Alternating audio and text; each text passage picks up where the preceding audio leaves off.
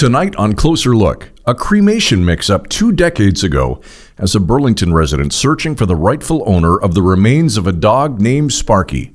Burlington Today reporter Calum O'Malley has been covering this story and joins us tonight from Burlington. Calum, it has to be a thought that has crossed the minds of virtually every pet owner who has had a pet that passes and gets cremated, wondering if what you get back is actually your pet's remains. So let's start with Valerie Stevenson. Tell us about her story and that of Jewel, her cat.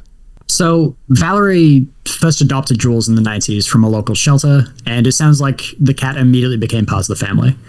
Very close with Valerie's children when they were young.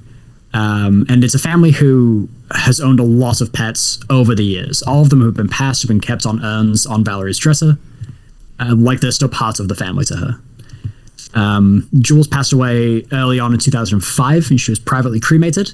And her urn since then has sat on that dresser with all the other ones for the last 2 decades.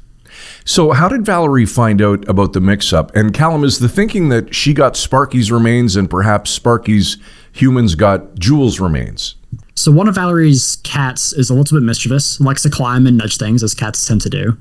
And recently, that cat decided to knock Jules' urn off of the dresser and onto the floor. So the urn broke, and when Valerie went to get a replacement for her cat, partway through transferring the ashes, she found a bone-shaped dog tag with the name Sparky on it. So the family, I think, is hoping that it's just a simple mix-up. They got Sparky's ashes, and the other family got Jules's, but right now, Valerie's main concern is just getting Sparky's remains back to his family, rather than trying to hold out hope that it's just going to go back the other way as well, that they have Jules. All right, so Gateway Cremation Services was where the pets were cremated. Have they provided any further details or insights about how such a mix-up could have occurred? So it seems like a digital system was implemented in 2016. And before that, any records that they were keeping, they don't have access to anymore. So because Jules was cremated in 2005, Gateway no longer have access to Jules' records or Sparky's records. So they're saying that it's not accessible anymore. They don't really have any leads. Nothing.